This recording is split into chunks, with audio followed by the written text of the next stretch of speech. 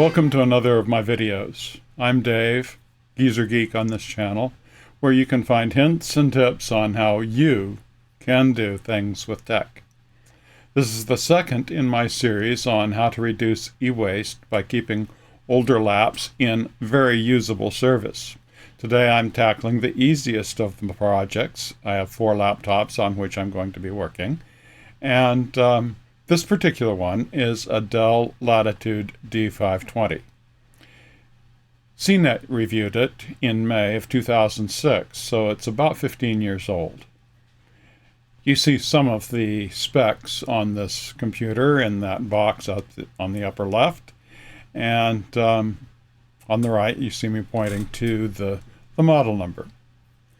I feel that for most users this is still a machine quite capable of doing most of the basic tasks that we expect of our computers.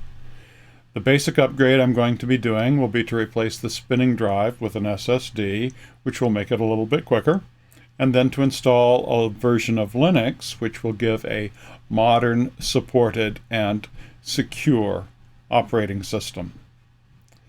This computer has a 64-bit processor, and many versions of Linux, many flavors of Linux are available for all modern machines that have 64-bit processors. Your choices are more limited with the 32-bit, and I'll get into that in later videos. Now, I have on hand all that I need to do in order to do the basic work on this machine. And then once I'm satisfied that the computer is actually serviceable, then I'll do 2 more things that will require a small investment for me. The first will be to double the memory. It has 2 gigabytes now, and it can use up to 4. I'll put a matched kit in it, and that should cost me less than $50. It's DDR2 memory, a little bit harder to get these days, but it is reasonably priced. In order for it to serve as a computer on the go, it will need a battery. This particular battery is quite dead. And so to buy all of the parts, SSD, battery, memory, this rehab project would cost less than $200.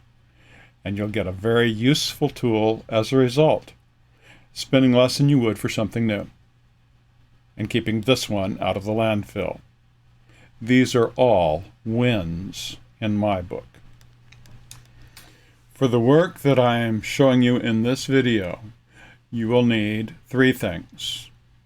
You'll need a screwdriver, you'll need a SSD, and you'll need a bootable media of a Linux distro. What I will be using is this Stanley version of a screwdriver with changeable tips. I've liked this tool for a long time, probably over 20 years, and has a spot in the handle for holding extra tips. The tip that you need is a number 1 Phillips. So that's the first tool you'll need. If you get around to changing the memory underneath the keyboard, another tool that you will need will be something like this. It's called a spudger, and it's useful for lifting the plastic parts on the top of the computer. Things like the bezel and other parts that actually need to be snapped out in order to get access to what's below. But the second piece that you need for this particular video is an SSD. Various manufacturers make them, and they're reliable devices. My go-to these days, and has been really from the start, is Samsung. But I have also had good results with Crucial, which is what this one is. This is a Crucial MX500. I've also used some Intel SSDs over the years. There's another brand that I do not recommend, and I may get into that a little bit later.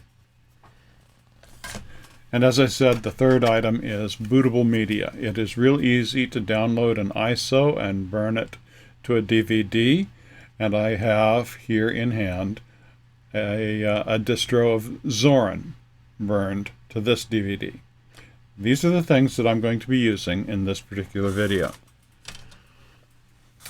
If you're uncomfortable downloading an ISO and checking it, the instructions are out there and they're real easy to follow. But if you're uncomfortable doing that, another alternative for getting a ready-to-go distro would be to go to someplace like Barnes & Noble or Micro Center or something equivalent in your area and ask for the magazine called Linux Format or alternatively Linux Pro. Either of these magazines are excellent magazines on Linux, and they have monthly new DVDs that they issue with their magazine. And on these DVDs, there are all kinds of new Linux software you can try. They'll usually feature a distro from month to month. So, a couple of different ways that you can get a Linux ISO. I think I've already described the process in another video for how to download and burn a Linux ISO to bootable media. I'll double check that. If I haven't, I'll do another one. Whether or not I have, I'll do another one. And so that one will be available too. As I said, I'm installing Zorin on this laptop simply because of its look and feel. It's not too dissimilar to that of Windows and should result in an easy computer for someone to use who has been used to that particular ecosystem.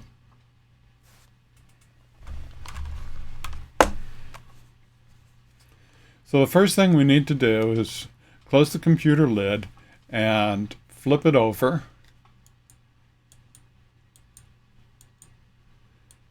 And I like to put it on a non-marring surface and an anti-static surface, so that's what you see under it here. And you see that I have a tag hiding my Microsoft Windows license. It's not really necessary, but it's a practice I've gotten into. In this case, it's not necessary because that license just isn't visible with this video. The arrow there is pointing to the thumb catch that releases the battery. I get used to what's on your computer. Find out what's there. So right there, I'm indicating where you release the battery to uninstall it. If there's a charge in your battery, go ahead and release it. I would also recommend turning it back over and using the power button for a few seconds to discharge any latent charge that's still in your system.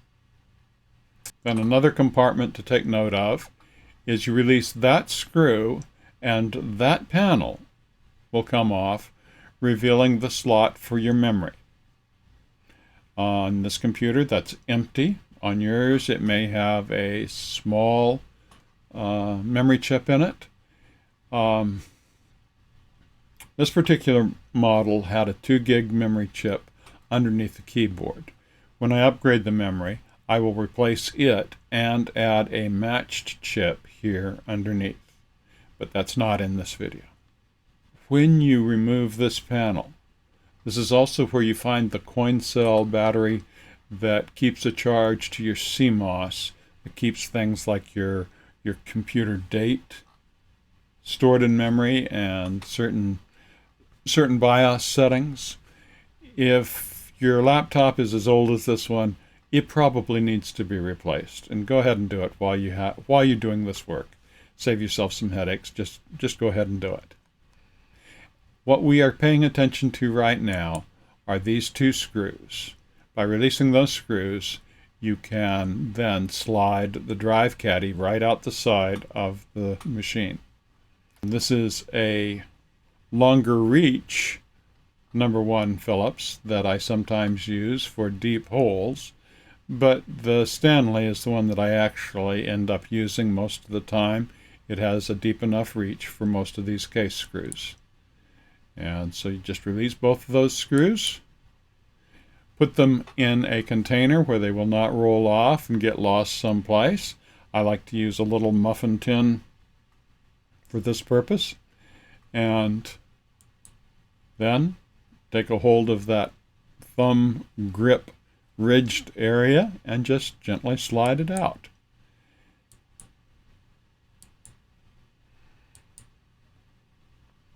The SATA connector disengages really easily, and so you shouldn't have much difficulty pulling it out if you've released the right screws. Once you have it out, take note of the orientation of your SATA connectors. You'll want to install your new drive with the same orientation.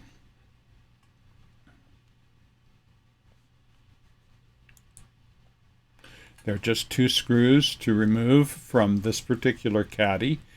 Near the thumb grip for pulling the caddy out is where those 2 screws are. At the other end, near the connector, there are just 2 dimples that set into the screw holes in the drive.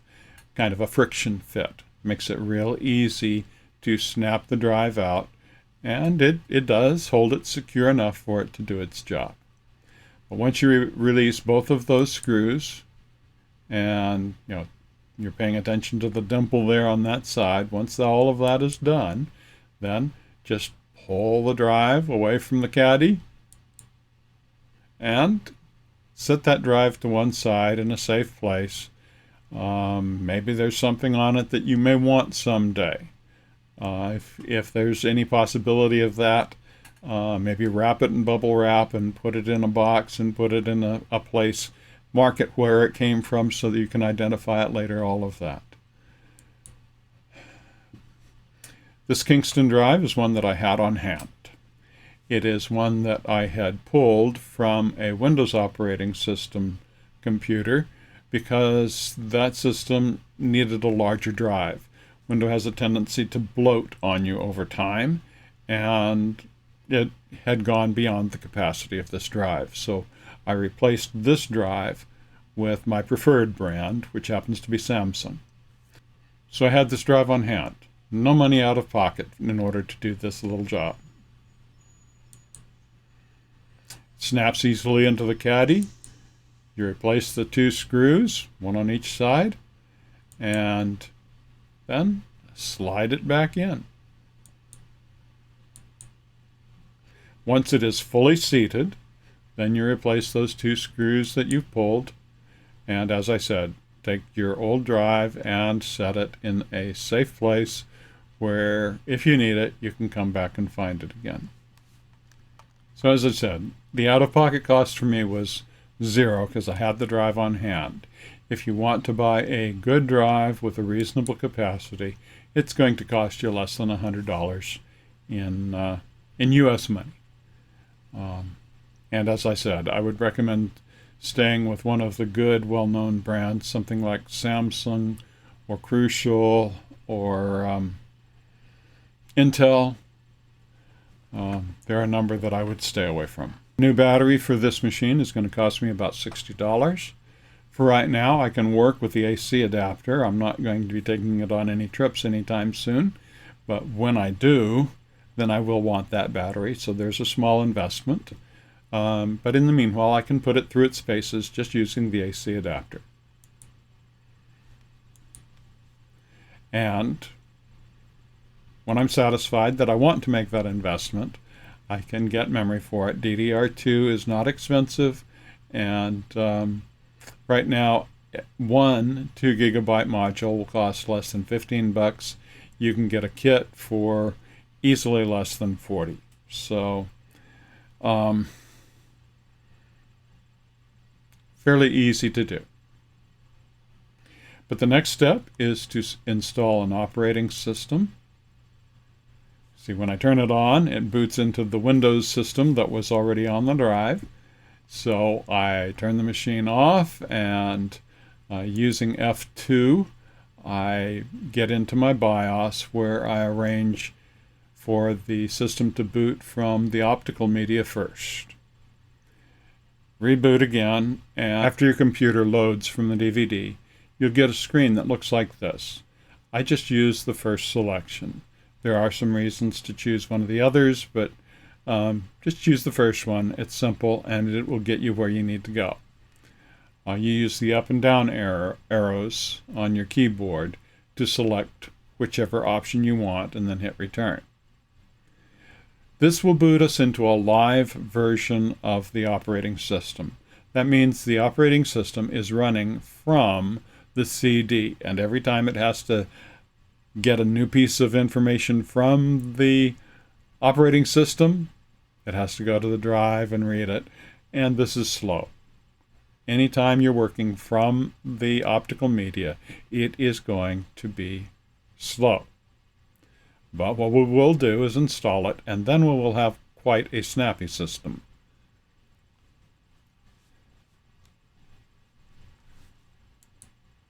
This is the first Zorin splash screen, and it takes a few minutes for it to work through the process, but it is definitely faster than we had it at earlier generations of Windows, for example. And it comes up with the Zorin desktop.